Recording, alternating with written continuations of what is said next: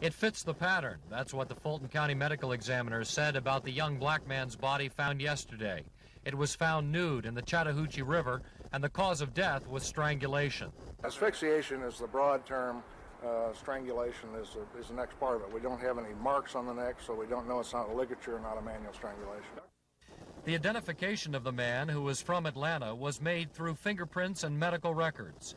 But the medical examiner's office would not release the victim's name, and now police say they will not make any statement until tomorrow.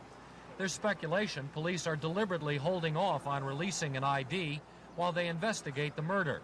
But Dr. Stivers says the relatively long time for completing the autopsy had nothing to do with the investigation. It was necessary because the victim had been in the water several days. With anybody removed from the river, you need to go through a certain process so that you don't manufacture evidence. In other words, a body that's recently removed from the river, if you manipulate it, you can cause what looks like bruising to the internal musculature, and we want to prevent that. So we go through certain procedures, such as holding it overnight and cooling and things of this sort, just so that we know what we're looking at. Stivers said no clues were found on the body, and there was little in this case that would help solve the murders.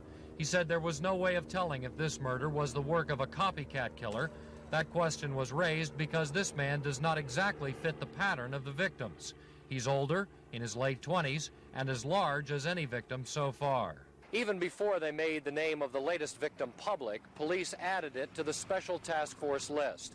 They also added the name of 22-year-old Ronald Crawford, who's been missing for a week. That brings the total to 28 dead and 2 missing. At the medical examiner's office, Paul Miller, Action News.